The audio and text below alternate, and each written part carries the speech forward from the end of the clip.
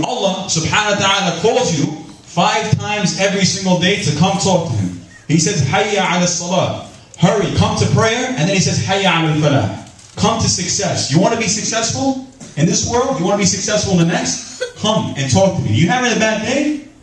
Everybody here knows somebody that they like to go talk to when they're having a bad day. Because when you're having a bad day and a lot of things are going on, you just want to get it off your chest. You want somebody, Facebook, yeah, you want somebody to listen to you. You want somebody to hear your problems and tell you it's going to be alright. Everybody knows that particular person. Maybe it's your best friend.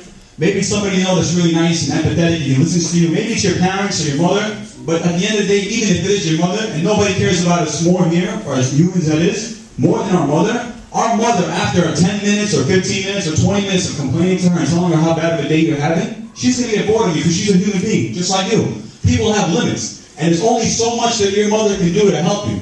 But guess who doesn't get bored of hearing you complain? Guess who is able to help you no matter what your situation is? That's Allah subhanahu wa ta'ala. And when you go over there and He makes sujood, and it's time for prayer, you can complain to Him for hours, and Allah subhanahu wa ta'ala will not get bored of listening to you. And He will listen to everything you have to say. And He wants what's good for you more than your mother does, more than your best friends do. And He wants you to be in the best possible condition that you can be. That's Allah subhanahu wa ta'ala. And He can listen how great Allah subhanahu wa ta'ala is.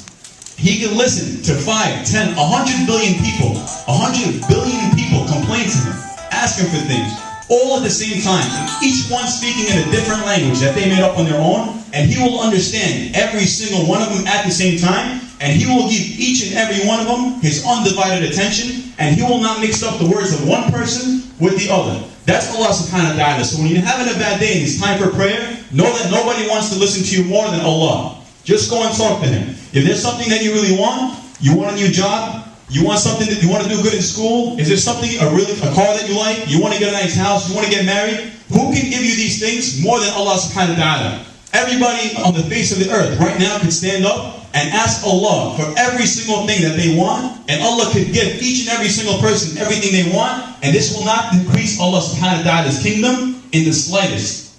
Not in the slightest. Allah likes giving people what they want. Allah wants to see His, just like He said, He wants to see His mercy bestowed on you. But who are you going to go ask? You're going to ask your friends? You're going to go ask the bank?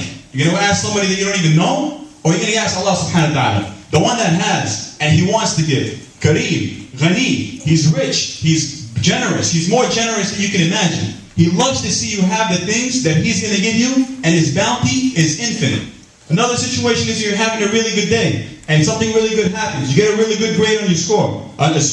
You get a nice job. Something that really good happens to you. You want to share your happiness with somebody. Who are you going to go share with?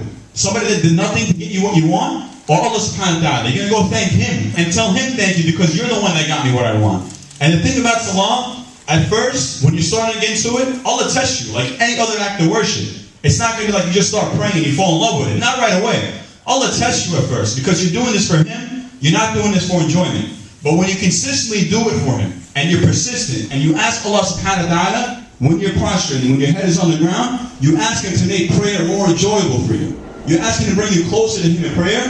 Prayer will become something that's addicting to each and every single one of you. It will be more addicting to you than crack is or heroin is to a heroin addict. I promise you that. That's 100%. And to give you some proofs, the Prophet ﷺ, one time, there was a problem going on in the Muslim nation.